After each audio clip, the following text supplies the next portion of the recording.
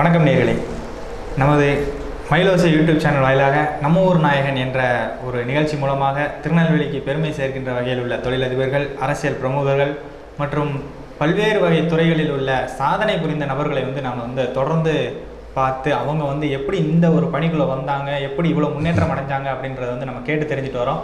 அந்த வகையில் இந்த வாரம் நம்ம ஊர் நாயகனில் யாரை நம்ம தேர்ந்தெடுத்துருக்கோம் அப்படின்னு பார்த்தீங்கன்னா, ஒரு சமூக ஆர்வலர், ஒரு சமூக பொறுப்பாளர், இளைஞர்கள் மத்தியில் எழுச்சிமுக பேச்சாளர் அப்படின்னு சொல்லலாம். ஒரு மோட்டிவேஷனல் ஸ்பீச் கொடுக்குறதுல ஒரு திறமையான நபர் அப்படின்னு நம்ம சொல்லலாம். அவங்கள பற்றி நான் இன்ட்ரடக்ஷன் கொடுக்குறத விட அவங்கள்ட்டே போய் அவங்க எப்படி வந்தாங்க, அவங்களோட பூர்வீகம் என்ன அப்படின்றத நம்ம கேட்டு தெரிஞ்சுக்கலாம்.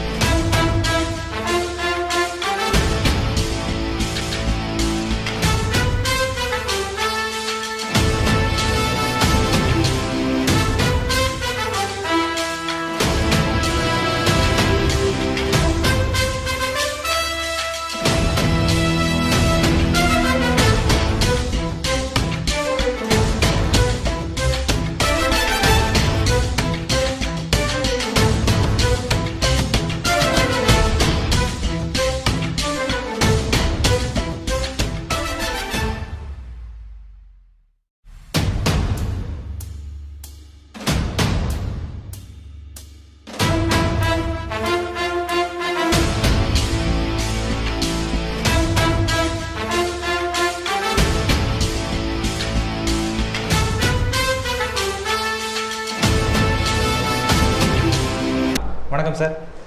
வணக்கம் சார். இப்போ பார்த்தீங்கன்னா உங்களை பற்றி நான் சொல்லிட்டேன், பேச்சாளர், சிறந்த பேச்சாளர் அப்படின்னு நீங்களே ஃபர்ஸ்ட் இன்ட்ரோவில் நீங்களே உங்களோட பெயர் மற்றும் உங்களுடைய பூர்வீகம் பற்ற ஒரு அறிமுகம் செய்யுங்க. கண்டிப்பாக. எனது பெயர் பக்கீர் மொய்தீன். நான் சின்சியர் சமூக சேவை நிறுவனத்தின் பொதுச் செயலாளராக இருக்கிறேன். எனது தந்தையாரின் பூர்வீகம் மேலப்பாளையம்.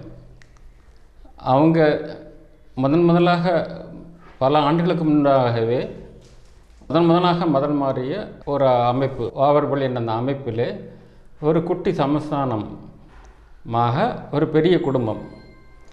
அந்த குடும்பத்தில் அந்த பள்ளியை கட்டிய தலைமுறையினரின் வம்சாவளி நான். இதில் ஒவ்வொரு தலைமுறைக்கும் ஒவ்வொன்றாக காதர் மீரா மொய்தீன் என்ற நேம் திருப்பி வந்து கொண்டே இருக்கும்.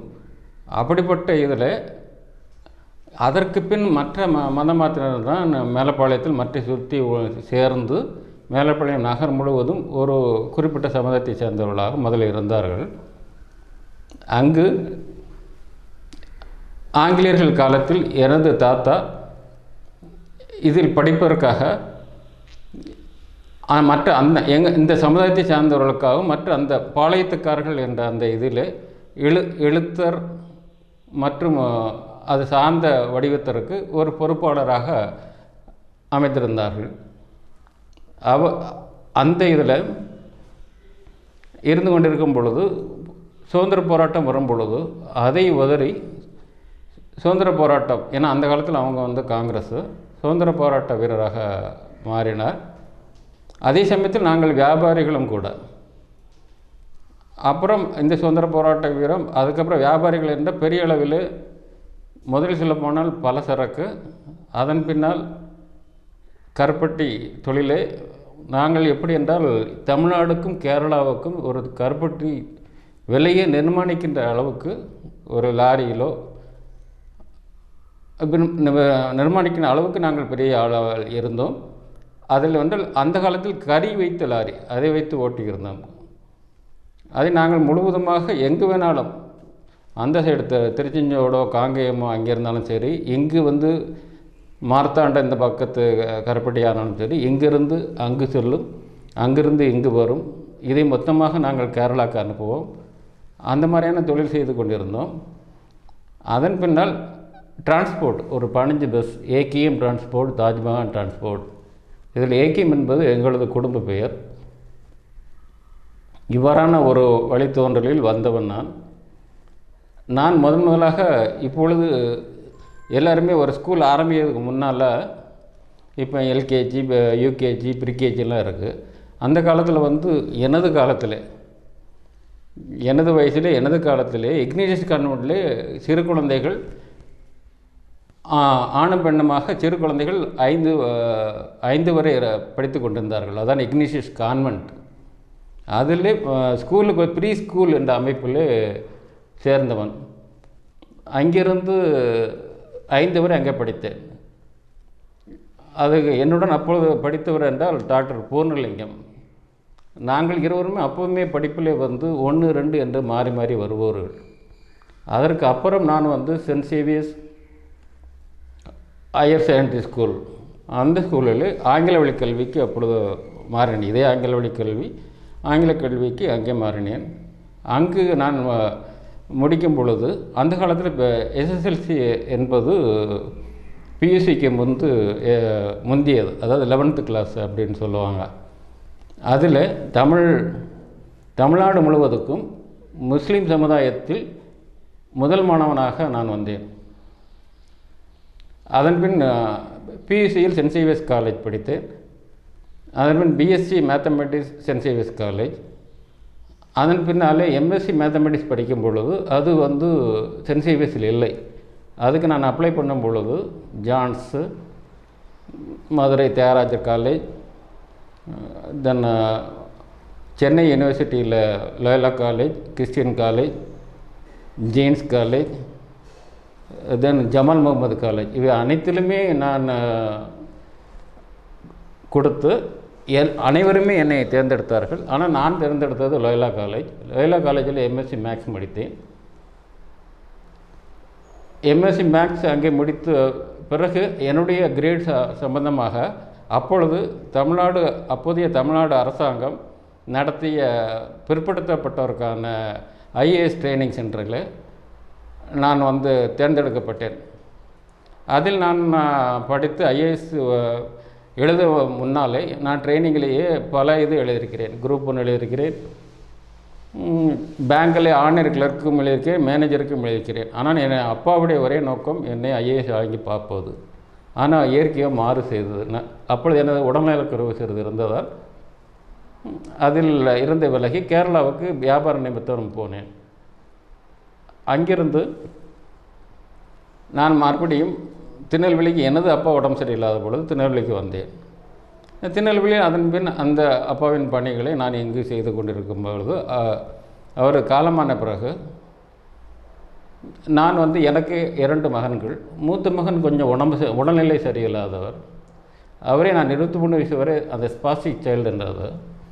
அப்பொழுதுதான் அவனுக்காக வந்து ஏதாவது ஒன்று, இளமையிலே நான் வந்து எல்லாமே சமூக சேவை செய்ய வேண்டிய ஒரு ஆர்வம் உள்ளது. என் மகனின் வைத்து ஒரு உதவி செய்யணும் என்றால் அது மனதில் மீண்டும் மீண்டும் துளித்தது சமூக சேவை. அந்த ஆர்வம், அந்த செயல், அதை வந்து என்னை இதற்கு உள்ளாக தள்ளியது. அப்படியாக நான் தனியாக செய்து கொண்டிருக்கும் பொழுது 1990 இவர் ஜமால் முகமது ஈசா என்பவர் அறிமுகமானார். ஈசா அவர்கள் அறிமுகமானார்கள். அந்த சமயத்தில் எனக்கு வந்து பல சில காரியங்கள் செய்து கொண்டிருக்கும் பொழுது அரியநாயபுரம் சுப்பிரமணியம், அதாவது அதற்கு முன்பாக எனது அப்பாவின் நண்பரும் சொந்தக்காரருமாகிய எம்ஓசியின் நிறுவனர் ஜமால் முகமது சாஹிப் அவர்கள் என்னை இந்த வழியிலே வழிநடத்தி சென்றார்கள். ஒரு லீடர்ஷிப்பாக, ஒரு தலைவனாக, எல்லாரும் வளரக்கூடிய அகலே அவர்தான் முதல் காரணம். அவர்கள் அரியநாயபுரம் சுப்பிரமணியம் அவர்களிடம் அவர்களுமாக சேர்ந்து என்னை இந்த IARF international association for religious freedom என்ற இன்டர்நேஷ்னல் அமைப்பில் என்னை சேர்த்து விட்டார்கள். அதில் நான் வந்து பல கான்ஃபரன்ஸ் பெங்களூர்லேயும் தமிழ்நாட்டிலையுமே நான் நடத்தியிருக்கிறேன். அது மத நல்லிணக்கம் சம்பந்தப்பட்டது. அதில் இருந்து கொண்டு இருக்கும் பொழுது தான் நான் வந்து சின்சியர் சோஷியல் சர்வீஸ் என்ற இதில் ஜமால் முகமது ஈசாவுடன் இணைந்து பல காரியங்கள் முதலில் எடுத்துக்கொண்டால் தேசிய ஒருமைப்பாடு நேஷ்னல் இன்டகிரேஷனில் இருந்து இதை ஆரம்பித்தேன். அதுக்கப்புறம் மத நல்லிணக்கம். மத நல்லிணக்கத்திலே எல்லா வகையான இது வந்துடுது. நாங்கள் வந்து ஒரு மனிதனை மனிதனாகத்தான் பார்க்குறேன் ஒழிய அதனை ஜாதி ரீதியாகவோ மத ரீதியாகவோ பார்ப்பதில்லை. உதவி புரியணும், ஒவ்வொருவருக்கொரு உதவி புரியணும். நாம் தனித்து எப்பொழுதுமே இயங்கவே முடியாது. ஒருவருக்கொருவர் உதவி செய்வதன் மூலமாக எல்லாருமே வளர முடியும். அப்படிப்பட்டதான ஒரு சமூகத்தை வளர்க்க வேண்டும் என்று தான் நாங்கள் விரும்புகிறோம். அதற்கு இதனிடையே நாங்கள் முதலாக பிளட் டொனேஷனை ஆரம்பித்தோம். அந்த காலத்தில் இந்த பிளட் டொனேஷன் ஆரம்பித்தோம். இப்போ உள்ளது மாதிரி அப்போ வந்து பிளட் டொனேஷன் கொடுப்பதற்கு மிகவும் தயங்கினார்கள். அப்பொழுது உங்கள் குடும்பத்துக்கு தானே கொடுக்கிறீர்கள், உங்கள் குடும்பத்துக்காக நீங்கள் கொடுங்கள். அப்போ அப்படியாக அதனை வளர்த்தோம். அதன் பின்பு அப்படி மாறி அது வளரும் பொழுது சில நான் ரிலீஜியஸ் மத நல்லிணக்கம் இருந்ததனால் எங்கள் இஸ்லாமியத்தில் கூட அது பிளட் டொனேஷன், உறுப்பு டொனேஷன் என்னோட ஒரு சின்ன இது கான்ட்ரவர்ஷியலாக இருந்தால் கூட சொல்கிறேன். வந்து பிற்காலத்தில் நம்ம எழுப்பப்படும் பொழுது நாம் முழுமையாக இருப்போம் என்ற நம்பிக்கை இருந்தது. அல்ல, நீங்கள் எப்படி தானம் கொடுத்தாலும், உறுப்பு தானம் எது கொடுத்தாலும் நீங்கள் முழுமையாக எழுப்பப்படுவீர்கள் என்ற அந்த குரானின் கோட்பாடுகளை அவர்கள் சொல்லுவதாக இங்கு அமைந்தோம். இதெல்லாம் ஏனென்று சொல்கிறேன் என்றால், அப்படியாக நாங்கள் கொடுத்தது தான் இப்பொழுது உங்களுக்கே தெரியும். பல அமைப்புகள், இந்த சமுதாயம் சேர்ந்த பல அமைப்புகள் கையில் எடுத்து இரத்த தானமாகட்டும், ஒரு ஆம்புலன்ஸ் ஆகட்டும், எதுவாகட்டும், தானமாகட்டும், தன்னால் செய்யக்கூடிய அளவுக்கு நாங்கள் வளர்த்து கொண்டு கண்டால் நாங்கள் ஊராக இதை ஆடுபடுத்துகின்ற ஒரு பாடு. அதன்பின் மகளிர் மேம்பாடு, உமன்ஸ் வெல்ஃபேர், அது சம்பந்தமாக அவங்களுக்கு லேடிஸ் ஹாஸ்டல், தென் அவங்களுக்கு லீடர்ஷிப் எப்படி உருவாக்கணும் என்பது, அவங்களுக்கு ஈவன் அதில் கூட நாங்கள் முதலாக இந்த திருநெல்வேலி மாநகராட்சி வரும்போது முதலில் அது வந்து பெண்களுக்கான ஒதுக்கப்பட்ட தொகுதிகளது பெண்கள் வந்தார்கள். தாங்கள் என்ன செய்வது ஏது செய்வது என்று தெரியாமல் இருக்கும் பொழுது அவர்களுக்காக தனியாக ஒரு லீடர்ஷிப் ப்ரோக்ராம் நாங்கள் செய்தோம். இப்படி வரும்பொழுது தான் எங்களை நாங்கள் கவனிக்கப்பட்டு அன்றைய கமிஷனர் சந்திரசேகரன் அவர்களுடன் நாங்கள் எழில்மிகு நெல்லை, இன்று நீங்களெல்லாம் ஸ்மார்ட் சிட்டி என்று ரொம்ப எளிதாக சொல்லிடுவீங்க. அப்போவுமே வந்து அவர் வந்து அன்றைய சூரத்துக்கு சென்று அதனுடைய அமைப்பு எப்படி அதை உருவாக்கப்பட்டது என்பதையெல்லாம் பார்த்து இங்கே வந்து அதன் மூலமாக ஒரு பிளானெல்லாம் தேர்ந்தெடுக்கப்பட்டு எழில்மிகு நெல்லை என்ற திட்டத்தை இங்கு உருவாக்க வேண்டும் என்ற ஒரு இதில் நாங்கள் அதை அமைப்பை உருவாக்கினோம். அதை எங்களையும் பயன்படுத்தி நாங்கள் நிறைய இடத்தில் துப்புரவு, மற்றது ஹெல்த் கேர், இதை எல்லாமே நாங்கள் செய்து கொண்டிருந்தோம். இதே சமயத்தில் நாங்கள் வந்து குடும்ப ஆலோசனை, ஃபேமிலி கவுன்சிலிங், அதாவது பிரச்சனைகள் எதுவும் இருந்தாலும் அது தவிர்க்கக்கூடிய அளவுக்கு அதையும் செய்து கொண்டிருந்தோம். தென் குழந்தை தொழிலாளர்கள் அவர்களுக்கு என்ன செய்ய வேண்டும் என்பதையும், இளைஞர் நலன், இளைஞர் மேம்பாடு, மெயினாக இதனுடைய திட்டமே இளைஞர்கள் தான். இளைஞர்கள் நாங்கள் வழிதறி செல்லக்கூடாது என்பது ஒரு முக்கியமான இது. அந்த இளைஞர் மேம்பாட்டுக்காக நாங்கள் எது வேணாலும் செய்ய தயாராக இருக்கிறோம். அந்த இளைஞர்களின் ஒரு பங்கு தான் அந்த ஸ்போர்ட்ஸ் இதில் கூட நாங்கள் வந்து அவர்கள் மேம்பட வர வேண்டும் என்பதை ஸ்போர்ட்ஸ்லேயே அவங்களுக்கு ரொம்ப கவனமாக அதில் இருந்தோம். அதுபோல் போலியோ, வேக்சின், எய்ட்ஸ் அவேர்னஸ்ஸு இது மாதிரி உள்ளது இருந்தோம். இதற்கிடையில் நாங்கள் எங்களுடன் பழக்கமான அன்பு பாலம் கல்யாணசிந்தர் அவருடன் பழக்கம் வந்தது. அவர்களுக்கு பூர்ண உதவி செய்து அவருக்கு மீடியாவுக்கு கொண்டு வந்ததே நாங்கள் தான். அவர் மூலமாக மற்ற எல்லாமே ஈவன் இந்த கார்கில் வார் போராட்ட நிதி, நாங்கள் கிராமங்களுக்கு எங்கள் இதிலே கூட சில ரசிகர் மன்றங்களோ அவங்களால கூட தண்ணி மேம்பாட்டு திட்டம் பல கிராமங்களுக்கு சென்றுள்ளோம். நீங்கள் அப்போ மகளிர் மேம்பாடு சொன்னீங்களே, அப்போ வந்து அவங்களுக்கு அந்த மகளிருக்காக வேலை இல்லாமல் இருக்காங்க அந்த டியூஷன் சென்டர். இப்போ கூட நாங்கள் என்னென்னு சொல்கிறேன்னா, இப்போ வந்து கல்வி இப்பொழுது இந்த காலகட்டத்தில் அதை நான் பின்னாடி சொல்கிறேன், அவங்களுக்கு அது உதவியாக இருக்கும். கிராமத்தில் இருந்தே வளரக்கூடிய அளவுக்கு அது மேம்பாடு திட்டமாக இருக்கும். அதுபோல் எது வேண்டாமானாலும் இப்போ நான் இருந்தால் இது வந்து நாங்கள் செய்கிறது, அதாவது நாங்கள் இது வந்து பிரித்து சொல்வது போல் நான் செய்யாத ஒன்றுமில்லை என்று ஒரு தற்பெருமையாக சொல்லிக்கொள்ளலாம். எது வேண்டுமானாலும் இளைஞருக்காக மக்களுக்காக எது வேணாலும் செய்ய காத்திருக்கிறோம். நான் இருந்த அமைப்பு ஏற்கனவே உங்களுக்கு ஐஏஆர்எஃப் சொல்லியிருக்கிறேன், rotary club of Tirunelveli suburbs, அதனுடைய 2வது பிரசிடெண்ட் தலைவர். தென் ரெட் கிராஸ் ஒன்றுமே இல்லாமல் ஒன்று இருக்கும் பொழுது அதனுடைய ஒரே ஒரு ஆளாக இருந்து இயங்கிக் கொண்டிருக்கும்போது 2வது வாழ்நாள் மெம்பர். அதன் பின் நான் ஏற்கனவே அதற்கு முன்னாலே எனது அப்பா காலத்திலே சதகத்துல்லா அப்பா கமிட்டி, எக்ஸிக்யூட்டிவ் கமிட்டி, எம்ஓசிஏ உள்ள கமிட்டி, இதில் உள்ள மெம்பர்கள், இதுபோக தமிழ் வளர்ச்சி பண்பாட்டு மையம், இது தமிழ்நாட்டிலேயே முதன்முறையாக தமிழ் வளர்ச்சி பண்பாட்டு மையத்துக்காக அப்படி ஆட்சியாளர் தனவேல் அவர்களின் உதவியுடன் நாங்கள் அதை வந்து அந்த கட்டடத்துக்காக பல இடங்களில் நிதி சேர்த்து இன்று பெருமாள்புரத்தில் தமிழ் வளர்ச்சி பண்பாட்டு மையம் தமிழ்நாட்டிலே முதன்முறையாக அமைந்தது என்றால் அதை நான் தற்பெருமையாக சொல்லவில்லை. அதுக்கு முக்கிய காரணம் அந்த ஆட்சியாளர் தனவேல் அவர்கள் தான். இன்று அது பெரிய அளவில் வளர்ந்திருக்கிறது. இதுபோக இன்னும் குறிப்பிட்ட எல்லா அமைப்புகளையுமே நான் இருக்கிறேன். இதற்கு மேலாக இன்னொன்று உங்களுக்கு தெரிய வேண்டும் என்றால், திருநெல்வேலி மாவட்டத்தில் ஃப்ரெண்ட்ஸ் ஆஃப் போலீஸினுடைய முதல் கோஆர்டினேட்டர் இங்கே அமைப்பு ரீதியாக அதை அமைக்கப்பட்டதும் நான் தான். சார், இப்போ பார்த்தீங்கன்னா இளைஞருடைய வளர்ச்சிக்கு வந்து மிகவும் வந்து ஒரு அரிதான ஒரு சமூக சேவைகள் மூலமாகவும் அவங்களுக்கு தேவையான வசதிகளையும் செஞ்சு கொடுத்துட்டு வரீங்க. ஆனால் இளைஞர்களுக்கு தேவையான கல்வி முறைகள் வந்து இப்போ உள்ள காலகட்டத்தில் இருக்குதா அப்படின்றது ஒரு பெரிய ஒரு கேள்விக்குறியாக தான் இருக்குது. ஏன்னா வந்து இளைஞர்களுக்கு தேவையான கல்வி முறை இருந்தாலும் அதற்கு தேவையான வேலைவாய்ப்புகள் கிடைக்குதா அப்படின்றது வந்து ஒரு பெரிய இதாக இருக்குது. வேலைவாய்ப்பு சம்மந்தமாக வேறு எதுவும் செய்கிறீங்களா சார்? இப்போ நாங்கள் அந்த இளைஞர்களின் நலன் அப்படின்னு நாங்கள் சொல்கிறோம் இல்லையா, அது வந்து கல்வி திட்டங்களில் அதனுடைய ஈடுபாடுன்னு கொண்டு வர வேண்டும். அவருக்கு என்ன விருப்பமோ அதை செய்வதற்கான ஒரு கல்வி முறை, அது அரசாங்கத்தின் செயல்பாடு. அது இல்லாவிட்டாலும் கூட சுயசார்பு பொருளாதாரத்தை நாங்கள் நம்புகிறோம். இப்போ எங்களிடம் இந்த பணியாற்றுபவர்கள் முதலில் தங்கள் சுயகாலிலே நிற்க வேண்டும். அது இங்கே வந்தாலே அவர்கள் புரிந்து கொள்வார்கள். ஏனென்றால் அவர்கள் தனக்காக ஒரு வருமானம் வர வேண்டும். அதுக்கப்புறம் தான் மற்றவர்களுக்கு, அதாவது என்ன சொல்லுவாங்க, தனக்கு போகத்தான் தான தர்மங்கிற மாதிரி முதல்ல அவர் சுயகாலம். அப்போ தான் அவர் வீட்டிலையும் மகிழ்ச்சிப்படுவாங்க, நம்ம பையன் சம்பாதிக்கிறான் அப்படின்னு. அது சிறிதாக இருந்தாலும் அவனுக்கு ஒரு மன ஊட்டம் கொடுக்கும் பொழுது கண்டிப்பாக அவர்களை நாங்கள் பெரிய ஆளாக ஆக்கி காண்பிப்போம். உங்களுடைய ஊக்கம் இருந்தால் நிச்சயமாக உங்களை நாங்கள் பெரிய ஆளாக ஆக்குவோம். ஆக அந்த கல்வி முறையை நான் குறை சொல்லவில்லை, அது அரசாங்கத்தின் செயல்பாடு. எந்த வகையான கல்வியாக இருந்தாலும் நீங்கள் யாரை பார்த்தாலும் நான் படித்த கல்வியை போலே நான் செய்கின்ற வேறு துறை என்பார்கள்.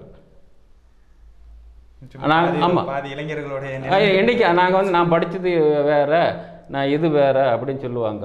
இருந்துட்டு போட்டோம். இப்போ நீங்கள் இந்த புதுசில் நீங்கள் வரீங்கள, இப்போ நாங்கள் என்னன்னு சொன்னோன்னா, நாங்கள் எல்லாமே இன்னும் கற்றுக்கொண்டிருக்கிறோம்.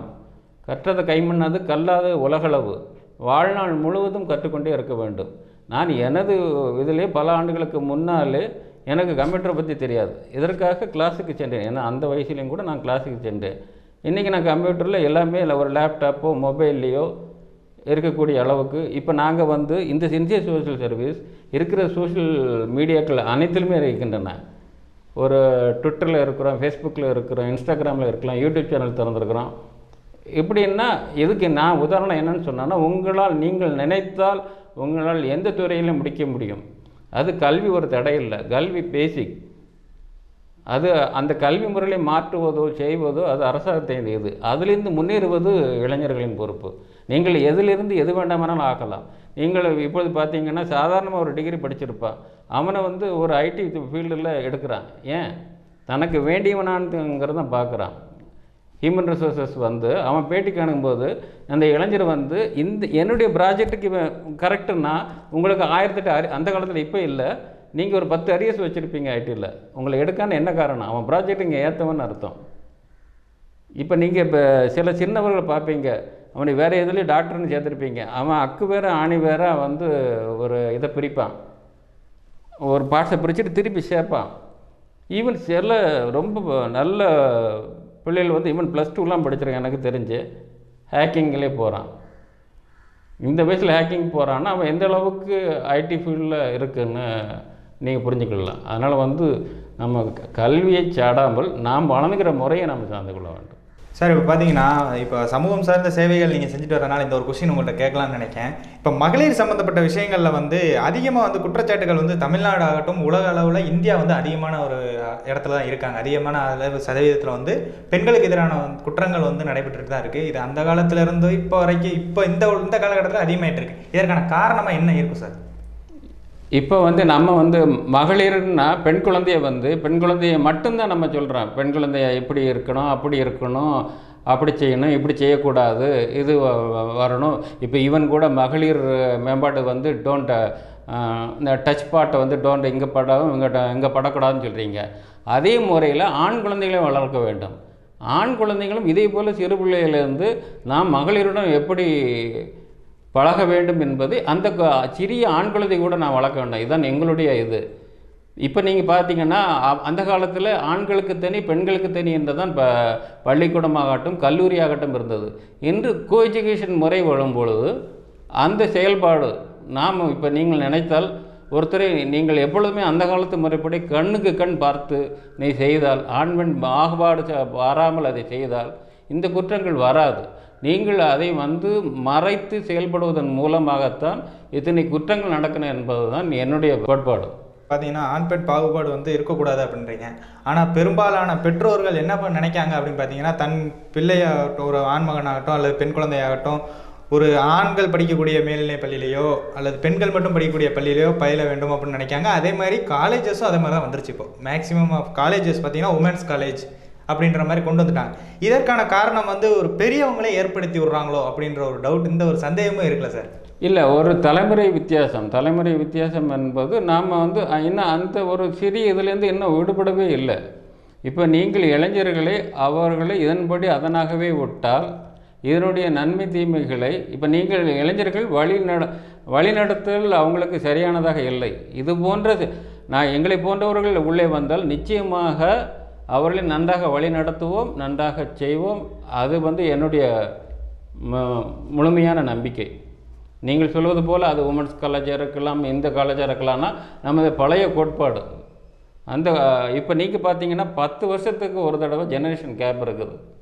அந்த ஜெனரேஷன் கேப்புக்கு தகுந்த மாதிரி என் வயதிலும் நான் மாற்றிக்கொள்கிறேன் என்றால் இன்று இப்போ எனக்கு அடுத்த ஜெனரேஷன் வந்துட்டு இப்போ நீங்களே பார்த்துருப்பீங்க. உங்கள் வயசில் என் வயசில் நாங்கள் வந்து எங்கள் தந்தையாருக்கு கட்டுப்பட்டு இருந்திருப்போம். உங்கள் வயசில் கொஞ்சம் இருக்குது. இப்போ எல்லோரும் பார்த்தீங்கன்னா இந்த பிள்ளைகள் துருன்னு வருதுன்னா இதுதான் தலைமுறை வித்தியாசம். துருன்னு வர குழந்தைகளை வந்து நீங்கள் எப்படி வளர்க்கணும் என்பது அந்த தலைமுறை வித்தியாசத்தின் வளர்ச்சி. அதைத்தான் நாங்கள் சொல்கிறோம், மாறும். நாம் அதை கேள்விப்பட்டால் கண்டிப்பாக மாறும். சார், நீங்கள் சொன்ன மாதிரி மாற்றங்கள் வந்து எல்லா ஒரு குறிப்பிட்ட வருடங்களுக்கு இடையிலே வந்து வந்துக்கிட்டே இருக்குது.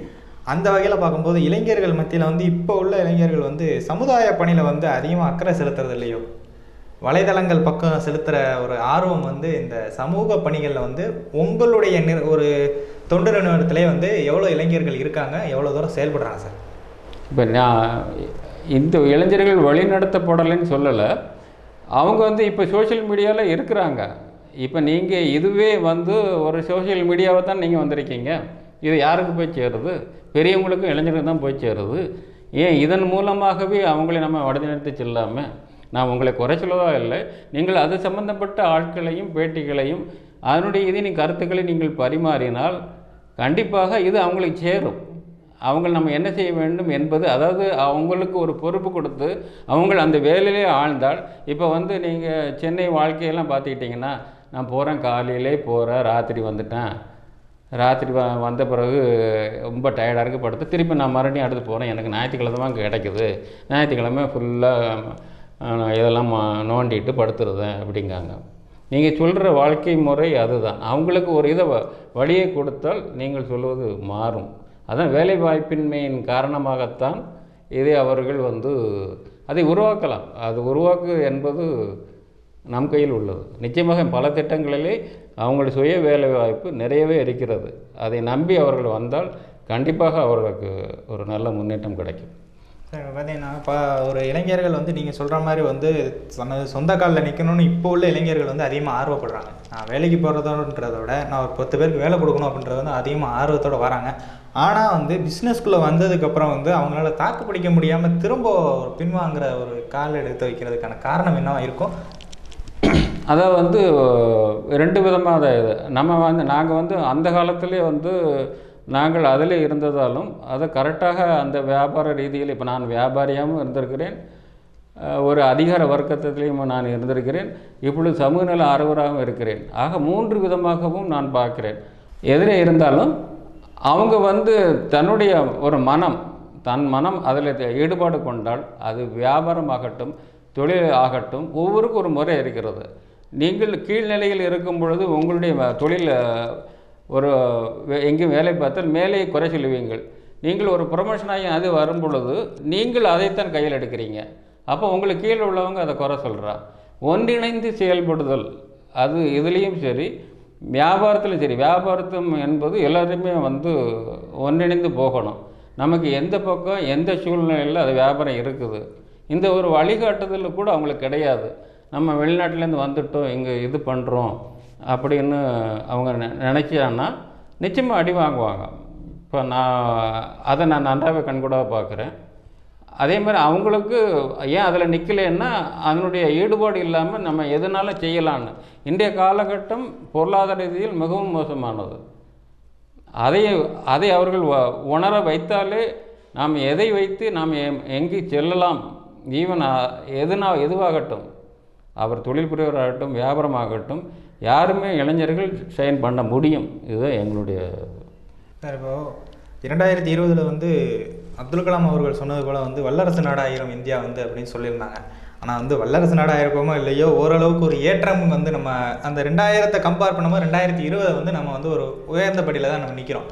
ஆனாலும் கூட இளைஞர்கள் வந்து வெளிநாடை போய் தேர்ந்தெடுத்து போகிறது வந்து இப்போ ஒரு சாதாரண ஒரு வேலை வாய்ப்பு சிவில் இன்ஜினியரிங்னு எடுத்துக்கோங்களேன். இங்கே வேலை பார்க்கும்போது அவங்களுக்கு ஒரு சம்பளம் ஒரு 8000 ரூபா கொடுக்காங்க மந்த்லி சேலரின்னு. அதே வேலையை தான் அவங்க ஃபாரினில் பார்க்காங்க, அவங்களுக்கு 40,000 ஸ்டார்டிங்லேயே 40,000 30,000 கொடுக்காங்க. இதை தேடி அவங்க அங்கே போகிறதுக்கான காரணம் என்ன? இங்கே அவங்க அந்த தொகை வந்து சம்பளமாக கொடுப்பதற்கு யோசனை செய்வதற்கான காரணம் என்னவாக இருக்கும்? அதை தான் நாங்கள் சொல்கிறோம். அது ஒரு வெளிநாட்டு மோகம். அதை வந்து நீங்கள் பல கேள்விகளில் இன்ட்யூஸ்டு, உங்களுடைய மோஷன் இன்ட்யூஸ்டு ஆகுது. அது வந்து நீங்கள் இங்கேயே அதன்படி சம்பாதித்து உங்கள் குடும்பத்தாருடன் இருக்கலாம். நமது அறிவை நமது இதை நமது நாட்டுக்காக பயன்படுத்தணும். அதனால நான் நேஷ்னல் இன்டகிரேஷன் சொல்கிறேன். நமது அறிவை ஏன் வெளிநாட்டுக்கு சென்று நீங்கள் வந்து வித்துட்டு வரீங்க?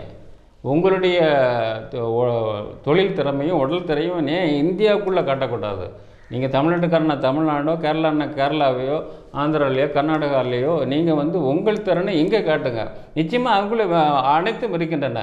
இப்போ நீங்கள் எடுத்துக்கிட்டிங்கன்னா தமிழ்நாடுல என்ன இல்லை, எல்லாமே இருக்குது. நீங்கள் இங்கே இருந்து செஞ்சாலே எல்லாம் நல்லாயிருக்கும். இப்போ நீங்கள் ஒன்று சொன்னீங்க, இப்போது ஒருத்தர் நான் வந்து சென்னையில் வேலை இல்லை, இங்கே வந்து நாங்கள் மேய்க்கின்ற ஆடு மேய்க்கிற தொழில் வந்து அப்பாவோடது, நான் குலத்தொழில் நான் சொல்ல வரல. அவர் வந்து இப்போ அதை பார்க்கும்போது எனக்கு அதற்கு மேலாக எனக்கு வருகிறது. இயற்கையுடன் ஒன்றிணைந்து நீங்கள் செய்கின்றது, அதோடு நீங்கள் மாடர்னைஸும் செய்யலாம். நான் அதுக்காக வந்து குறுகிய மனப்பான்மையோடு அப்படி சொல்கிறேன்னு இல்லை.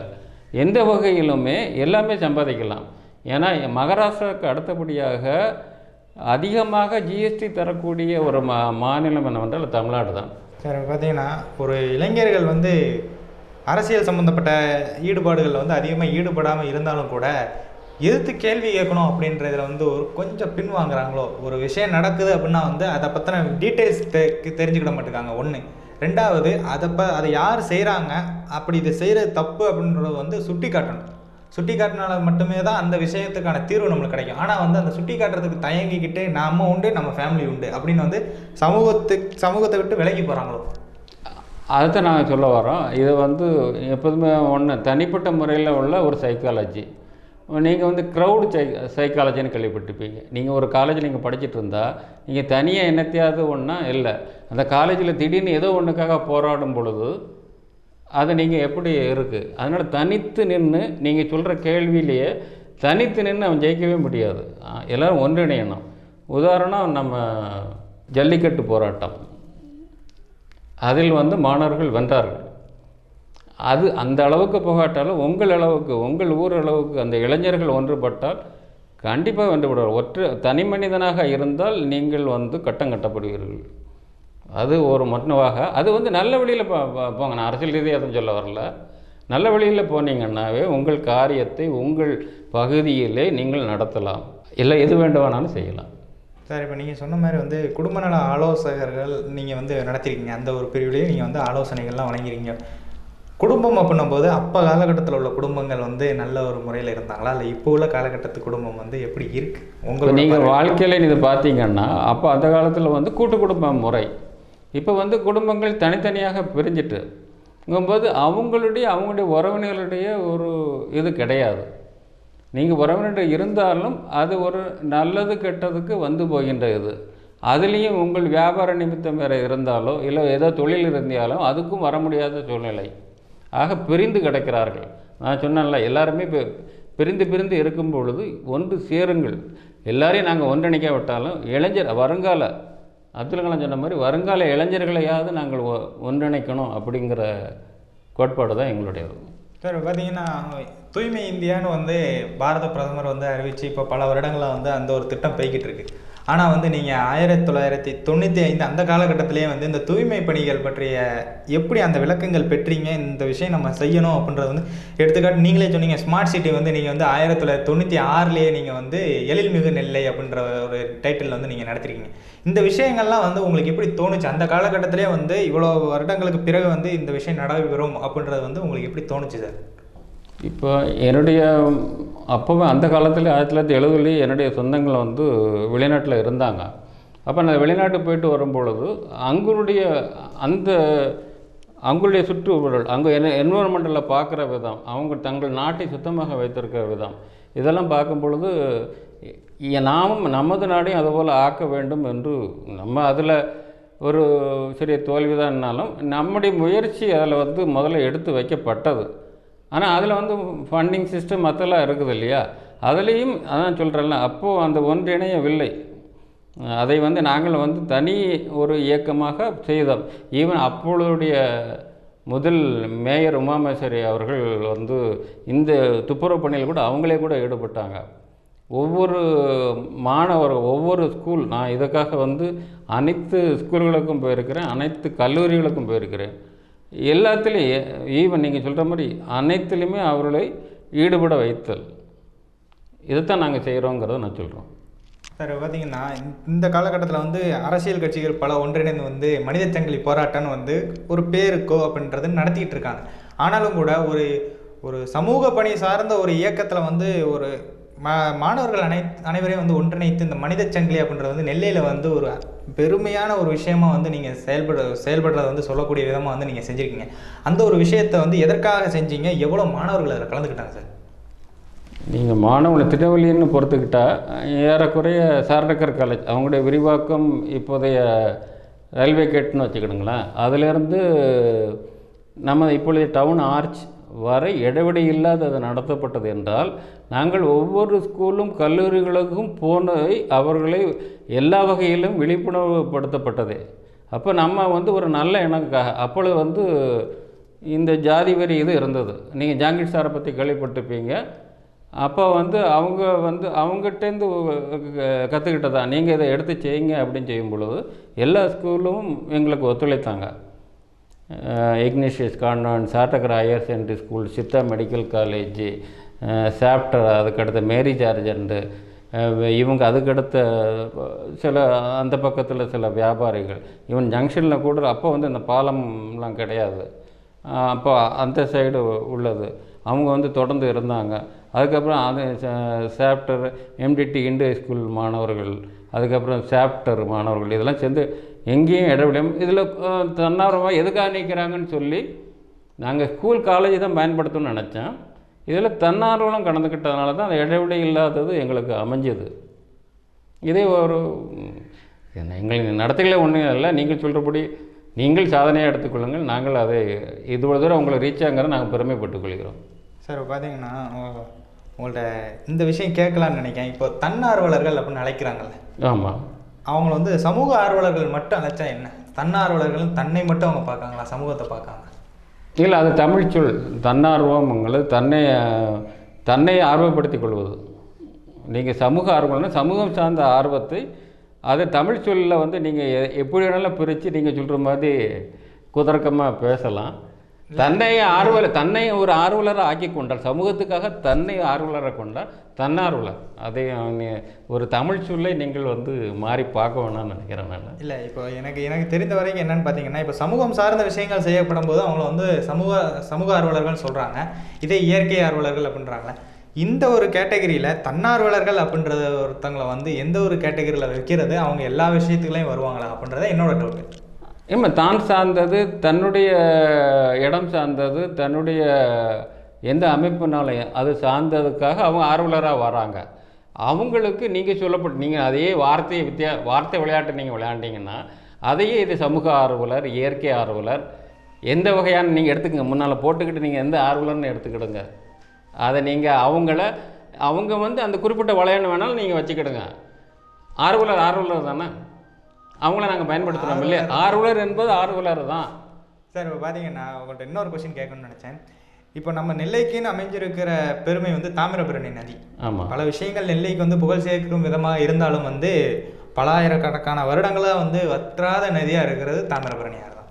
இந்த தாமிரபரணி ஆறை வந்து தூய்மைப்படுத்தும் இயக்கம் அப்படின்னு வந்து பல இயக்கங்கள் வந்து தன்னார்வல இயக்கங்களாக வந்து செயல்பட்டாலும் கூட அதை தூய்மைப்படுத்த முடியாமல் இருக்கிறதுக்கான காரணம் என்ன? அதற்கு பின்னால் உள்ள அரசியல் இருக்கா, அல்லது இந்த தன்னார்வலர்கள் செயல்படக்கூடிய ஒரு விதம் வந்து தவறான முறையில் போய்கிட்டு இருக்காங்க? நாங்கள் தன்னார்வலர்கள் முறையில் வந்து அதை தூய்மைப்படுத்துவதற்காகவும் அந்த செடிகள் இதில் அமில செடிகள் நீக்குவதற்காகவும் கூட நாங்கள் வந்து பள்ளி மாணவர்களையும் கல்லூரி மாணவர்களையும் பயன்படுத்தினோம். நாங்கள் ஒரு சமூக ஆர்வலரை தவிர நீங்கள் நினைக்கிற மாதிரி அரசியல் நீங்கள் எங்களை கலக்க விடாதீங்க. இல்லை, இப்போ அதற்கான காரணம் என்னவா இருக்கு? பின்னாடி எதுவும் அரசியல் இல்லை, அதை சொன்னேன். அரசியல் காரணம் நாங்கள் எங்களால் முடிந்த அளவில் அவளை இளைஞர்களை பயன்படுத்தி நாங்கள் ஆக்குகிறோம். அதற்கு அரசு உதவி செய்தால் நாங்கள் அதை ஆக்கி காட்டுவோம். அந்த செடிகள், அமல செடிகள் எல்லாம் அகற்றோம்னா இன்றைக்கி முன்னால் வந்து கலெக்டர் ஆஃபீஸ் முன்னால் அந்த இறக்கத்தில் இப்போ இன்றைக்கி ஒரு அமைப்பு மாதிரி அது தூய்மையாக இருக்கிறதுக்கு காரணம் என்னென்னா, முதலாக அங்கே வந்து 50 செடிகள், மரக்கன்றுகள் நாங்கள் நட்டதே நாங்கள் தான். அதுக்கு அப்புறம் தான் சில சம்பவங்கள், அரசியல் சம்பவங்கள் அங்கே நடந்தது. அப்போ அவங்கள வந்து தனிமைப்படுத்தி வழி நடந்தது. நாங்கள் அதான் நாங்கள் வந்து ஒரு சமூக ஆர்வலர்கள். இதில் நாங்கள் அரசியல் கலக்க வேணாம்னு நினைக்கிறோம். நிச்சயமாக சார். இப்போ பார்த்தீங்கன்னா இளைஞர்கள் பற்றி சொல்லிட்டீங்க, மகளிர் பற்றி சொல்லிட்டீங்க.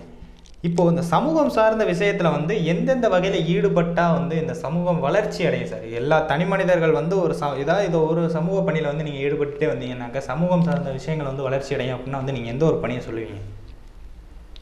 சமூகம் சார்ந்த பணி என்றால் எல்லாமே சமூகம் சார்ந்த பணிகள் தான். அவன் வந்து இந்த சமூகத்துக்காக தன்னை அர்ப்பணித்து அதை வந்து இயல்பாகவே உங்களுக்கு வந்துடும். அது எந்த வகையான இருக்கட்டும். அவர் பகுதியில் ஒரு மடை வழியாக தண்ணீர் எங்கேயோ அடைக்கப்பட்டிருக்கிறது அப்படின்னு அவர் விவசாயத்துக்கு சொல்லட்டும். தனது ரோடு சரியில்லைன்னு, நான் சாதாரணமான சிறுதை சொல்கிறேன், ரோடு சரியில்லைன்னு சொல்லட்டும். அவர் பகுதியில் அவர் சொல்லட்டும். அது கண்டிப்பாக அவரை நீங்கள் சொன்னீங்கள தன் ஆர்வலர், சமூக ஆர்வலர் இணைகிறோம், அங்கே தான் இணைகிறோம். அப்போ அவன் நீங்கள் உங்களுடைய வார்த்தையை எடுத்துக்கிடுவான். தன் சமூகம் ஆகுது, சமூகம் மேலே உங்களை கொண்டு போகுது. அதுதான் எங்களுடைய கோட்பாடு. சார் பார்த்தீங்கன்னா என்னோட அடுத்த கேள்வி என்ன அப்படின்னு பார்த்தீங்கன்னா, சமூகம் சார்ந்த விஷயங்கள் சொல்லிட்டீங்க. ஆனால் இப்போ நீங்கள் உங்களையே எடுத்துக்கோங்க. இந்த ஒரு சமூகம் சார்ந்த விஷயங்களில் வந்து ஈடுபடும்போது குடும்பமாகட்டும் சமுதாயமாகட்டும் உங்களை வந்து எப்படியெல்லாம் வந்து கார்னர் பண்ணாங்க சார்? இப்போ ஒரு சாதாரணமாக நம்ம ஒரு வேலைக்கு போயிட்டு வரோம் வீட்டுக்கு அப்படின்னா வந்து அந்த சமூகத்தில் வந்து நம்மளை நல்லவர்கள் அப்படின்னு வந்து பாராட்டுவாங்க. அதே வந்து நாம் ஒரு பணியில் ஈடுபடும் போது வந்து உனக்கு எதுக்கு இந்த தேவையில்லாத வேலை அப்படின்ற மாதிரி நிச்சயமாக கேட்டிருப்பாங்க. அது வந்து யாரும் கேட்டிருக்க வாய்ப்பு இல்லை அப்படின்றது வந்து மறுக்க முடியாத உண்மைதான். அப்படி உங்களை எப்படிலாம் வந்து டார்கெட் பண்ணாங்க சார் ஃபஸ்ட்டு? டார்கெட் அப்படின்னா சொன்னால், நீங்கள் வந்து நாங்கள் வந்து ஒரு இதாக வந்து எல்லாம் போகிறோம், கிராமத்துக்கு போகிறோம் அப்படின்னா வந்து நிறைய பேர் எங்கள் பேரில் இருக்காங்கன்னு சொன்னால் அது டார்கெட் ஆகத்தான் செய்யும். கண்டிப்பாக வந்து நகரத்துக்கு உள்ளேயும் போகிறோம், கிராமத்துலேயும் போகிறோம். நாங்கள் எங்கள் பாட்டுக்கு இருக்கிறோம், டார்கெட் ஆக தான் செய்வோம். அதையும் நாங்கள் டார்கெட் ஆகாமல் சந்திப்போம். நாங்கள் இவ்வளோ நாள் அதை சந்திச்சுட்டு இன்னும் பொது பணியில் தானே இருக்கிறோம். நாங்கள் ஒன்றும் வரலையே. நீங்கள் சொல்கிறத பார்த்தீங்கன்னா நீங்கள் குத்தி குத்தி எங்களையும் ஒரு அரசியல்வாதி ஆக்கிறீங்க போல இருக்கார். இந்த மாதிரி அந்த மாதிரி தான் இருக்குது இல்லைங்களா? அப்படி தான் இருக்குது. இல்லை நீங்கள் இப்போ பார்த்தீங்கன்னா அந்த ஒரு விஷயம் வந்து நம்மளை டார்கெட் பண்ண தான் செய்வாங்க. இப்போ நீங்கள் ஒரு விஷயம் நம்ம செய்கிறோம் அப்படின்னாக்கா உனக்கு எதுக்கு இந்த தேவையில்லை. இப்போ வேறு ஒன்றும் இல்லை, ஒரு ரோட்டில் ஒரு கல் கிடக்கு அப்படின்னாலும் நம்ம பைக்கை நிறுத்தி எடுத்து போடும்போது நம்மளுக்கு பின்னாடி உட்காந்துருக்க நபர் என்ன சொல்லுவார், 1000 பேர் போகிறாங்க உனக்கு என்ன வேலை அப்படின்னு ஒரு ஆள் கேட்பார். ஆனால் நம்மளோட மன திருப்திக்காண்டி அந்த கல்லை எடுத்து போட்டாலும் கூட ஒரு ஆள் அதை குத்தி காட்டணும்னு ஒரு ஆள் வராங்கல்ல. அந்த மாதிரி உங்களை யாராவது ஒரு ஆள் சொல்லியிருப்பாங்கல்ல, இது வரைக்கும் சொல்லலை அப்படின்ற விஷயங்கள் இருக்காது. சமூகம் சார்ந்த பணிகள் உங்களுக்கு எதற்காக அப்படின்றது வந்து ஒரு கேள்வி வந்திருக்கும். அது எப்படி வந்தது, யார் மூலமாக வந்தது சார்? இல்லை, ஆரம்ப காலகட்டங்களில் இப்போ அது ஞாபகம் இல்லை. அது குறை சொன்னாங்க, எதுக்கு நீங்கள் வந்து இவ்வளவு பெரிய இடத்துலேருந்து வந்துக்கிட்டு இப்படி ரோட்டில் வந்து நிற்கணுமான்னு உறவினர்களும் சொல்லியிருக்காங்க, நண்பர்கள்லாம் சொல்லியிருக்காங்க. அதாவது பணக்கார நண்பர்கள். ஆனால் அது வந்து ஒரு ஏழைக்கு உதவி செய்து ஒரு ஏரியாவுக்கு உதவி செய்யும்போது அந்த மக்கள் செய்யலை. அந்த மக்களின் ஒரு மகிழ்ச்சிகரமான முகத்தை பார்க்கும்போது இதெல்லாம் எங்களுக்கு தன்னாலையும் மறந்து விடும். அதனால் வந்து அந்த குறைகள் இது மட்டும் இல்லை, எல்லா ஃபீல்டுலேயும் வரும். நீங்கள் தொழில் புரிந்தாலும் வியாபாரம் புரிந்தாலும் எதுனாலும் வரத்தான் செய்யும். அதையும் தாண்டி செல்வது தான் நமது வாழ்க்கையை. அந்த வாழ்க்கை பாடத்தை முதல்ல நாங்கள் ஏற்று கற்றுக்கிட்டதுனால நம்ம இவ்வளோ நாள் நாங்கள் வந்து சமூக ஆர்வலில் தான் இருக்கோம். இத்தனை வருஷமாக ஃபீல்டில் இருக்கோன்னு சொன்னான்னா அதுக்காக எங்களை சுற்றி இத்தனை இருக்குது. திருநெல்வேலி மாவட்டத்தில் நாங்கள் இது இருக்கேன்னு சொன்னான்னா எங்களையும் நோட் பண்ணத்தான் செய்வாங்க. ஆனால் நாங்கள் இதுவரை நாங்கள் அரசியலுக்கு வந்திருக்கோமா? இல்லை. நாங்கள் சமூக ஆர்வல் எப்போதும் இதை தொடர்ந்து செய்யணும்னு ஆக்குறீங்க. இவங்க கேள்வியை பார்த்தோன்னா எங்களுக்கு ஒரு அரசியல்வாதியை ஆக்கிடுவீங்கிற மாதிரி. நான் அடுத்த கேள்வி அதான் கேட்கலான்னு நினைச்சேன் சார். ஆமாம், ஏன்னா வந்து இப்போது பார்த்தீங்கன்னா சமூகம் சார்ந்த பணிகள் செய்கிறதுல வந்து அதிகமாக ஈடுபாடு காட்டுறவர்கள் வந்து அரசியல்வாதிகள். ஒரு பெயர் வாங்கணும் அப்படின்றதுக்கான நிச்சயமாக செய்வாங்க. இந்த மாதிரி வந்து சமூகம் சார்ந்த பணிகள் செஞ்சு வந்து அரசியலுக்கு வரணும் அப்படின்னு ஏக்கம் உள்ளவங்க வந்து சமூக ஆர்வலர்களாக வந்து முதல்ல வந்து காட்டுவாங்க. தன்னை வந்து அந்த சமுதாயத்தில் வந்து நான் ஒரு சமூக ஆர்வலர் அப்படின்னு வந்து முதல்ல காட்டுவாங்க. அப்படியே இவர் நல்லவர் நல்ல நம்ம ஏரியாவுக்கு பைப் லைன்லாம் கொண்டு வந்தார், லைட்டு கனெக்ஷன்லாம் கொடுத்தாரு அப்படின்னோடனே ஒரு வார்டு கவுன்சிலர் ஆக்குறாங்க. அப்படியே அவர் அரசியலுக்குள்ளே அவரை இழுத்துட்டு போயிடுறாங்க. அதற்கான காரணம் என்னவா இருக்கும்? ஒரு பணம் சார்ந்த விஷயத்தில் வந்து ஒரு சமூக ஆர்வலர்கள் வந்து விலகி செஞ்சுன்றாங்களா? இப்போ நீங்கள் கேட்ட கேள்வி என்னுடைய பதில் வந்து வாயை இழுக்கிற மாதிரி இருந்தாலுமே அவங்க வந்து அதான் தன்னார்வலன்னு சொல்லுவதற்கும் நீங்கள் அதை வார்த்தையை பிரிச்சிட்டிங்க, அரசியல்வாதின்னு பிரிச்சிட்டிங்க. அவங்க எதிர்பார்ப்புடன் கூடிய தன்னார்வவாதி. இதை செய்தால் நாம் பிற்காலத்தில் ஆகலாம், இந்த அமைப்பில் சேர்ந்தாலும் நாங்கள் வந்து பெரிய ஆளாக ஆகலாம் அப்படிங்கிற மாதிரில அவங்க செய்கிறாங்க. நாங்கள் எத்தனை வருஷமாக திருப்பி எந்த அரசியல் அமைப்பிலையும் இல்லாமல் இது செய்கிறோம்னா எதையும் தாண்டி நாங்கள் வந்திருக்கிறோம். அதனால் வந்து அரசியல்ங்கிறது முன்னால் இவங்க அந்த இளைஞர்களை வழிபடுத்தி செல்வது. இன்றைக்கு தான் இளைஞர்கள் தான் முக்கியம். அவங்கள வழிநடத்தி செல்வதிலே போயிடுது. அவங்க வந்து தாங்காரி அங்கே நடந்து அங்கே அந்த மக்கள் சந்தோஷப்படுறாங்களா, அந்த ஏரியா கவரேஜ் நமக்கு கிடைக்குதா அப்படின்னு ஒரு அரசியல்வாதி பார்ப்பா. நாங்கள் அந்த குறிப்பிட்ட ஏரியா மட்டும் இல்லை, மாவட்ட ரீதியாக ஏன் வெளி மாவட்டத்தில் கூட ஒரு எப்படி செஞ்சீங்க அப்படின்னு சொல்லும் பொழுது அவங்களுக்கு ஒரு ஆலோசனை கொடுக்குறோம். இங்கேருந்து நாங்கள் வந்து பல மாவட்டத்தில் அவங்க செய்வதற்கு நாங்கள் ஆலோசகர்களாகவும் இருந்திருக்கிறோம். சார் பார்த்தீங்கன்னா அடுத்த ஒரு கேள்வி நான் என்ன கேட்கலாம் அப்படின்னு பார்த்தீங்கன்னா வந்து இந்திய அரசாங்கமாகட்டும் அல்லது பல தொழிலதிபர்கள் வந்து கூறுற ஒரு விஷயம் என்னென்னா, தன்னோட கிராமத்தை வந்து நம்மளே தத்தெடுத்துக்கிட்டோம்னா இந்தியாவில் உள்ள எல்லா கிராமங்களும் வந்து காணாமல் போயிடும், எல்லாமே வந்து எல்லா வளங்களும் நிறைந்த ஒரு கிராமங்களாக மாறிவிடும் அப்படின்றாங்க. ஆனாலும் கூட ஒரு தொழிலதிபர் ஆகட்டும் நல்ல வளர்ச்சி அடைந்து வராங்க அப்படின்னாலும் கூட அவங்க ஒரு தன்னோட கிராமத்தை மட்டும் வளர்ச்சி செஞ்சாங்கன்னா பத்தாது. நிச்சயமாக வந்து அந்த சமுதாயம் வளர்ச்சி அடையாது. அப்படின்னும்போது அந்த ஏரியா அந்த கிராமத்துப்புற உள்ள இளைஞர்களை வந்து ஒன்றிணைச்சு ஒரு சமுதாய குழுக்களாக வந்து சமூக ஆர்வலர்களாக மாற்றி பணிபுரியும் போது இந்த கிராமங்கள் வளர்ச்சி அடைவதற்கான வாய்ப்புகள் இருக்கா? கண்டிப்பாக நாங்கள் வந்து ஒருத்தர் யாரையும் விட்டு வைக்கிறதில்ல. ஒருத்தர் வந்து ஸ்பான்சர் பண்ணணும் அப்படின்னு நினச்சான்னா யார் வேணாலும் பண்ணலாம். எங்களுக்கு இப்போ நீங்கள் ஒரு விளம்பர ரீதியாக சொல்கிறோன்னு இல்லை. நாங்கள் முறையாக இந்த நெல்லையில் துப்புரவு பணியிலையோ மரம் நடுதலையோ ஒரு இடத்துல வந்து ரொம்ப அசிங்கமாக இருக்கும்போது புல்டோசர் வச்சு அந்த இடத்த துப்புரவாக்கிறதுலையோ போதிஸ் நிறுவனம் நல்ல உதவிகரம். இது ஏன்னா ஒரு உதாரணத்தை சொல்ல வரேன்னா, நீங்கள் சொல்கிற கேள்வியில் வந்து அவங்க ஸ்பான்சர்ஸ், அந்த கிராமம் இன்னொரு கிராமம் பண்ணணும்னா ஸ்பான்சர்ஸ் அவங்கள வந்து தன்னுடைய இதை வந்து பேராக்கணும், அவங்க ஆக்கிட்டு போகிறாங்க. ஆனால் நற்செயல்கள் எங்களுக்கு நடந்தாகணும், அதுதான் எங்களுடைய பணி. அதனால் வந்து யார் வேணாலும் ஸ்பான்சர் பண்ணட்டும். நாங்கள் மொத்தமாக அப்படி கிராமம் நகரம் எல்லாமே மொத்தமாக ஒரு நல்வழியாக உருவாக்குவோம். எல்லோரும் பண்ணுங்க, அவ்வளோதான் சொல்கிறோம். சார் இப்போ பார்த்தீங்கன்னா இந்த ஒரு கேள்வி வந்து உங்கள்கிட்ட முன்வைக்கலாம், கண்டிப்பாக முன்வைக்கலாம்னு நினைக்கிறேன் சார். அதாவது திருநெல்வேலி மாநகரத்தில் வந்து அதிகமான சமூக ஆர்வலர்கள் இருக்கீங்க, தன்னார்வலர்கள் இருக்கீங்க, தன்னார்வலர் குழுக்கள் அதிகமாக இருக்குது.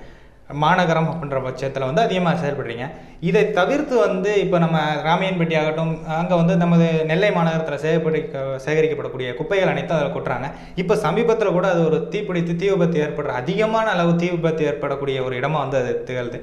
இதில் வந்து சமூக ஆர்வலர்கள் ஃபோக்கஸ் பண்ணலையோ? நான் நகரத்துக்குள்ளேயே வந்து தூய்மை இந்தியா அப்படின்னு சொல்லிட்டு அவங்க வந்து அதை எடுத்துகிட்டு கூட, நான் அரசியல் பேசலை, இருந்தாலும் கூட அந்த ஒரு திட்டத்தின் மூலமாக வந்து சமூக ஆர்வலர்கள் செயல்படும் போது கூட அந்த ஒரு குப்பை அள்ளுறாங்க, ஆனால் அதை கொண்டு போய் மொத்தமாக ஒரு இடத்துல சேகரிக்காங்க. இதை வந்து தவிர்ப்பதற்கான வாய்ப்புகள் என்னவா இருக்கும் சார்? இப்போ நீங்கள் வந்து இதை 3 பிரிவாக ஒரு குப்பையை பிரிங்க அப்படின்னு இப்போ சொல்கிறீங்க. நாங்கள் 1997 அது இது சம்பந்தமாக பெங்களூர் மற்றதெல்லாம் வந்து ஒரு இதை மக்கும் பொருள் மக்காத பொருள்னு அப்போவே நாங்கள் பிரித்து அதை வந்து திருப்பி ரீசைக்கிளிங் பண்ணக்கூடிய முறைகள் எல்லாமே நாங்கள் அதை வழிநடத்தி சொன்னோம்.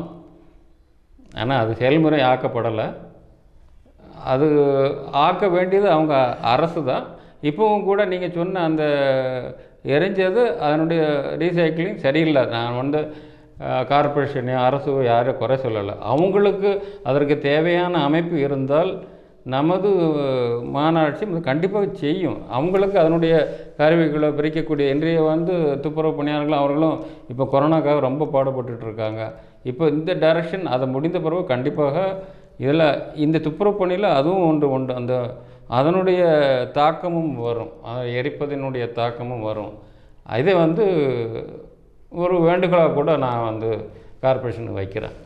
சார் இப்போ பார்த்தீங்கன்னா வளர்ந்த நாடு, நீங்கள் இப்போ கொரோனான்னு சொன்னோன்னே எனக்கு இந்த ஒரு கேள்வி ஞாபகம் வருது. இப்போ கொரோனா காலகட்டத்தில் வந்து எல்லா வளர்ந்த நாடுகளும் வந்து ரொம்ப பீதி அடையக்கூடிய ஒரு நேரத்தில் இருக்காங்க.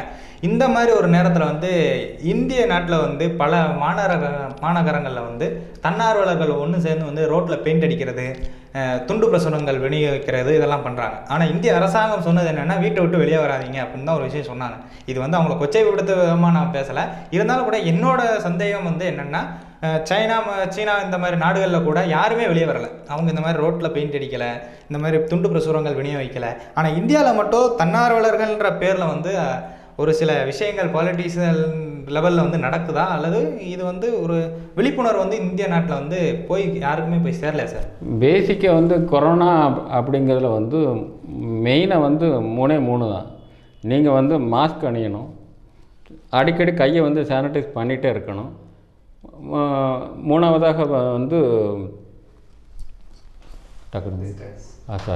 கட் பண்ணி 3வதாக வந்து சமூக இடைவெளி.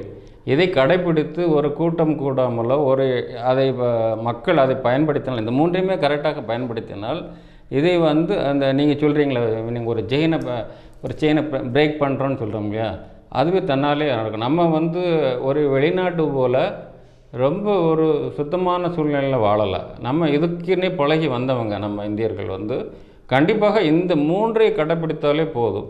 அதற்கான விழிப்புணர்வும் நாங்கள் செய்து கொண்டு தான் இருக்கிறோம். இதில் வந்து விளம்பரமாக நீங்கள் சொல்கிறதில்ல, அது அவங்க தங்கள் விளம்பரத்துக்காக ரோட்டில் சுவரில் விளம்பரம் செய்கிறத தான் நாங்கள் எடுத்துக்கொள்ள முடியும். சார் பார்த்தீங்கன்னா கொரோனா ஆரம்ப கட்ட காலத்தில் வந்து துப்புரவு பணியாளர்கள் அனைவருக்கும் வந்து மாலை போட்டு வரவேற்றது, ஆரத்தி எடுத்தது, பண உதவி செஞ்சது, பொருள் உதவி செஞ்சது, இது எல்லாமே நடைபெற்றது. ஆனால் வந்து இப்போ உள்ள சூழ்நிலையில் பார்த்தீங்கன்னா துப்புரவு பணியாளர்களை வந்து ரொம்பவே கொச்சைப்படுத்தி பேசும் வீடியோக்களை நம்ம பல இடத்துல பார்த்துட்டோம். இதற்கான காரணம் என்னவா இருக்கும்? அந்த ஒரு ஒரு நிகழ்வு ஏற்படும் போது வந்து மக்கள் வந்து அவங்கள ஆதரிக்கிறாங்க, புகழ்கிறாங்க. ஆனால் வந்து அந்த ஒரு சமூக பணியை வந்து நீங்கள் இலவசமாக செய்கிறீங்க, அவங்க வந்து ஒரு தனக்கான தொழிலாக அதை பண்ணுறாங்க அப்படின்னும்போது அவங்களுக்கான மரியாதை அந்த இடத்துல குறைக்கப்படுதா? இல்லை, நீங்கள் இப்போ இது சொன்னேன்னா என்னை வந்து ஒரு அரசியல் கலந்த பேச்சா நீங்கள் அதை எடுக்கக்கூடாது. அதை நீங்கள் வந்து இதைத்தான் நாங்கள் சொல்கிறது, நாங்கள் மனிதனை மனிதனாக பார்க்க வேண்டாம், அவங்களை மட்டுமல்ல அனைவருமே மனிதராக தான் பார்க்கணும்னு சொல்கிறோம். நீங்கள் குறிப்பிட்டு அவங்கள வந்து துப்புரவு பணியாளர்களை சார்ந்து அவங்கள் எதை சார்ந்தவர்கள் என்பதை பார்க்கிறீர்கள். உங்கள் உள்மனது அதைத்தான் சொல்லுது, அதன் வெளிப்பாடு தான் இது. நான் யாரையும் குறை விரும்பலை. ஒரு மனிதனோட பேசிக் சைக்காலஜி அதுதான் வந்து வெளிப்படுது. நீங்கள் பேருக்காக, தன் பேருக்காக அவங்கள வந்து பாராட்டுறது போல் நடிக்கிறீர்கள், ஆனால் உங்கள் உள்மனது அவர்களை பாராட்டவில்லை. இல்லை சொல்கிறேன் அந்த இல்லை, இப்போ பல இடங்களில் பார்த்தீங்கன்னா அவங்களுக்கு பொருள் உதவி கொடுத்தது நம்மளுக்கு தெரிஞ்சதுக்கான காரணம் பார்த்தீங்கன்னா அதோட ஃபோட்டோ. ஆமாம். இப்போ ஒரு இடத்துல அவங்களுக்கு மாலை அணிவிக்கிறதோ ஒரு பண உதவி கொடுக்கும்போதோ அந்த இடத்துல நம்ம அதை செஞ்சுருக்காங்க அப்படின்றது வந்து கிடைச்சது ஒரு வீடியோ ஆதாரம். இது ரெண்டுமே வந்து ஒரு விளம்பரத்துக்கு தான் பயன்படுத்துகிறாங்க, அவங்களோட தன்னோட விளம்பரத்துக்கு தான் பயன்படுத்துகிறாங்க. ஆனால் இது வந்து காலப்போக்கில் வந்து இப்போ இது வந்து ஒரு 100 நாள் இருக்கும் சார். இப்போ கொரோனா பாதிப்புகள் ஊரடங்கு போட்டு வந்து ஒரு 100 நாள் இருக்கும். ஆனால் ஒரு முதல் ஒரு 20 நாள் வந்து அவங்கள பாராட்டுறதும், மீத 80 நாள் வந்து எப்பா நீ கொரோனா எங்கள் வீட்டு வாசலில் விட்டு போயிடாதப்பா, அங்கிட்டு வழியாகவே குப்பையை எடுத்துகிட்டு அப்படியே போயிரு அப்படின்னு இந்த மாதிரி ஒரு விஷயங்கள் சொல்கிறதுக்கான காரணம் என்னவா இருக்கும்? அந்த நான் போன கேள்வியிலே அந்த பதிலை சொல்லிட்டேன். உங்கள் மனம் சார்ந்தது, உங்கள் உள்ளம் சார்ந்தது. அவர்களை நீங்கள் முதலே வந்து பல அரசு தொழிலாளர்கள் அவர்களை ஒரு தொழிலாளர் பார்க்கல. அதற்கு மேலே நான் சொன்னேன்னா அது ஒரு அரசியல் ஆக்கப்படும். நீங்கள் சொல்லதை நான் புரிஞ்சிருக்கேன்னு நினைக்கிறீங்க. அவங்களே ஓப்பனாக சொல்லணும்னா நீங்கள் கட் பண்ணாலும் பண்ணிக்கிடுங்க. நீங்கள் உள்மனதில் ஜாதிய ரீதியாக தான் பார்க்குறீங்க, மனிதனாக அவங்கள பார்க்கல. இதே இது அவங்க மேல் பணிகள் இருந்தால் அந்த பணி சார்ந்து பார்க்குறீங்க, அப்பவும் அது வாங்குது. இதெல்லாம் இல்லாத ஒரு சமூகத்தை நாங்கள் உருவாக்கணும்னு தான். அது இளைஞர் மத்தியில், இளைஞர்கள் தான் நாளைய வழிகாட்டிகள். அந்த இளைஞர்கள்ட்ட அது கொண்டு போய் சேரணும். இந்த மாதிரி எண்ணங்கள் சேரணுங்கிறது தான் எங்களுடைய விருப்பம். ஒரு சமூகம் சார்ந்த ஒரு சமுதாயம் சார்ந்த விஷயங்கள் அப்படின்னும் போது வந்து எந்தெந்த இடத்துலலாம் வந்து பல இன்னல்கள் சந்திச்சிருப்பீங்க. நிச்சயமாக வந்து ஒரு இடத்துல வந்து தூய்மை பணிகள் நாங்கள் மேற்கொள்கிறோம். இப்போ ஒரு கோயிலாகட்டும், ஒரு சர்ச் ஆகட்டும், ஒரு மசூதி ஆகட்டும், நான் அந்த இடத்துல தூய்மை பணி மேற்கொள்கிறோம் அப்படின்னும் போது நீங்கள் வந்து இந்த இடத்த நீங்கள் வந்து எடுத்துக்கோங்க, இந்த இடத்த நாங்களே பார்த்துக்குறோம் அப்படின்னு வந்து நிச்சயமாக சொல்லியிருப்பாங்க. அந்த மாதிரி ஒரு மறக்க முடியாத ஒரு அனுபவம்ன்றது உங்களுக்கு ஒன்று இருக்கும்ல, அது எது சார்ந்த விஷயமா உங்களுக்கு உண்டு சார்? அதில் போனால் எம்மதமும் சம்மதமே மாதிரி எல்லாத்துலேயுமே அது வந்து நடந்திருக்கு. நாங்கள் பார்த்துக்குறோம், நீங்கள் எதுக்கு அப்படின்னு. அப்போ நாங்கள் வெளியே அதை வந்து துப்புரவு பண்ணிட்டு போகிறோம் அப்படின்னு சொல்லும் பொழுது வேறு வழியில் அவங்களே வந்து அந்த செயலை தூண்டி விடுதல், அது போதும் எங்களுக்கு. வந்து யாரோ ஒருத்தன் வந்துட்டு இங்கே செஞ்சுட்டு போயிட்டானுங்கும் போது அடுத்த நாள் பார்த்திங்கன்னா அது வந்து கோயிலாகட்டும், சர்ச்சாகட்டும், மாஸ்க் ஆகட்டும், தன்னாகவே துப்புரவு ஆகிவிடும். நாங்கள் ஒரு சமூக ஆர்வலை ஏற்படுத்தி தங்களை தூய்மைப்படுத்தி கொள்ளணும் அப்படிங்கிறத நாங்கள் விரும்புகிறோம். சார், இப்போ திருநெல்வேலி நீங்கள் ரோட்டரி சங்கத்தில் வந்து முன்னாள் செயலாளர் தலைவராக இருந்திருக்கீங்க. உங்கள் சங்கம் சார்பில் வந்து இப்போ இந்த கொரோனா பாதிப்புகளில் என்னென்ன உதவிகள்லாம் சார் மக்களுக்கு செஞ்சுருக்கீங்க? இப்போ போன தடவை ரோட்டரியோட ஒரு பெரிய இதே வந்து இந்த 3 நான் சொன்னேன்ல, அதில் வந்து கை கழுவுதல், சானிடைசிங் கையில் வந்து இதை வந்து கம்ப்ளீட்டாக இப்பொழுது கடந்த பிரசிடண்டாக இருந்த எங்களது இயக்கத் தலைவர் ஜமால் ஈசா வந்து கம்ப்ளீட்டாக எல்லா அரசுகளிலும், எல்லா கல்லூரிகளிலும், எல்லா இதை சார்ந்த திருநெல்வேலி நகரை சார்ந்த அனைத்து இடங்களையும் போய் இந்த 3இல் ஒன்றாகி இந்த சானிடைசிங் இதை வந்து நாங்கள் நல்லாவே செஞ்சுருக்கோம் ரோட்டரி கிளப்புங்கிற முறையில். சார், பார்த்தீங்கன்னா நீங்கள் ஒரு பேச்சாளர் அப்படின்றது வந்து ஒரு சமூக ஆர்வலருக்கு கிடைத்த ஒரு பொக்கிஷம் அப்படின்னலாம். இப்போ பல பேர் வந்து சமூகம் சார்ந்த பணியில் ஈடுபடுறாங்கன்னா அவங்க வந்து ஒன்று தொழிலதிபராக இருப்பாங்க, இது சமூக ஆர்வலராக இருப்பாங்க. ஆனால் இந்த 3 விஷயத்துலேயே வந்து சிறப்பாக இருக்கிறது வந்து நான் பார்த்த வரைக்கும் பல இருந்தது கிடையாது. ஏதாவது ஒரு 2 விஷயங்கள் இருப்பாங்க. அந்த பேச்சாற்றல் அப்படின்றது வந்து எப்படி வளர்த்துக்கிட்டீங்க முதல்ல? பேச்சாற்றல் அப்படிங்கிறது நானும் வந்து முதல்ல பேசிக் கேரக்டர் வந்து சொந்தத்தோட வந்து நட்பு பழக்கம் வந்து நிறைய அதிகம்.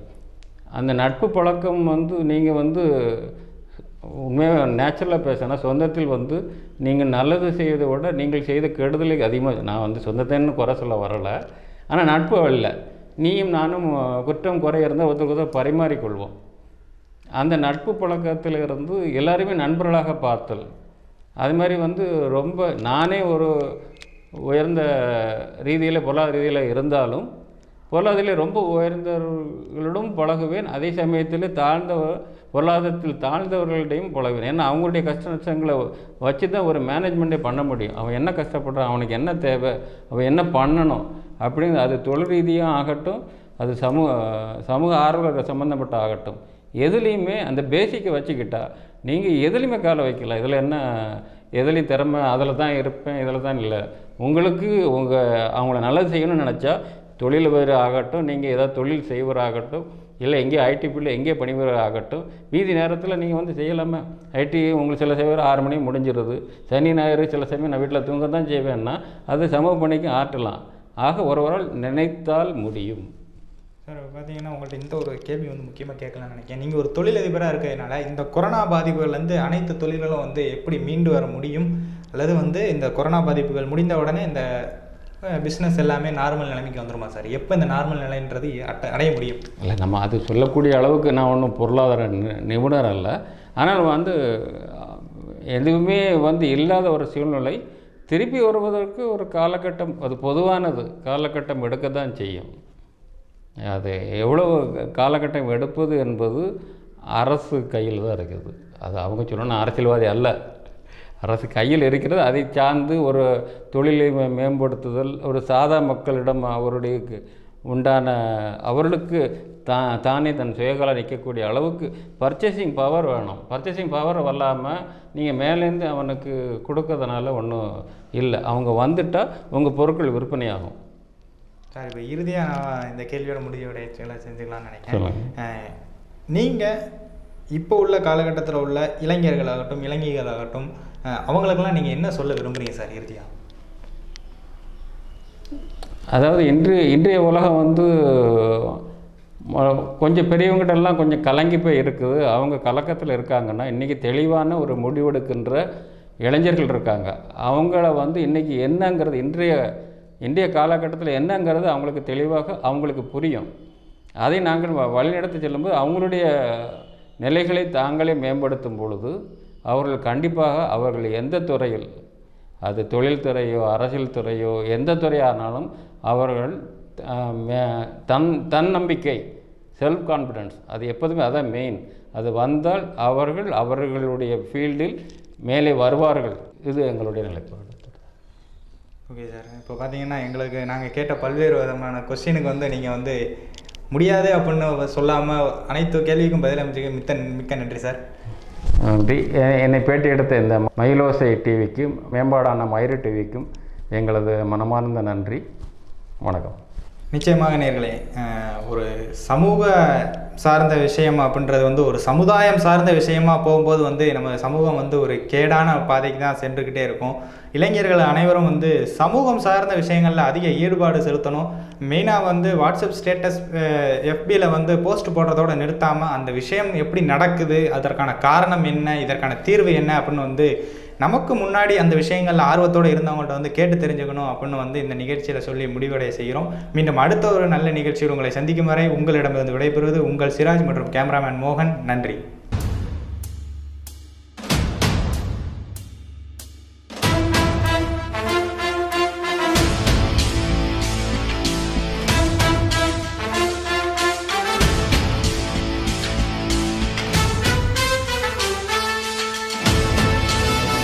வீடியோவுக்கு கீழே ரெட் கலரில் சப்ஸ்கிரைப் அப்படின்னு ஒரு பட்டன் இருக்கும். அதை இப்போவே கிளிக் பண்ணிவிட்டு பக்கத்துலேயே ஒரு பெல் பட்டன் ஒன்று வரும். அந்த பெல் பட்டனும் அழுத்தி வச்சுருங்கன்னா நம்ம சேனலில் போகிற வீடியோக்குள்ளே தொடர்ந்து பார்க்கலாம்.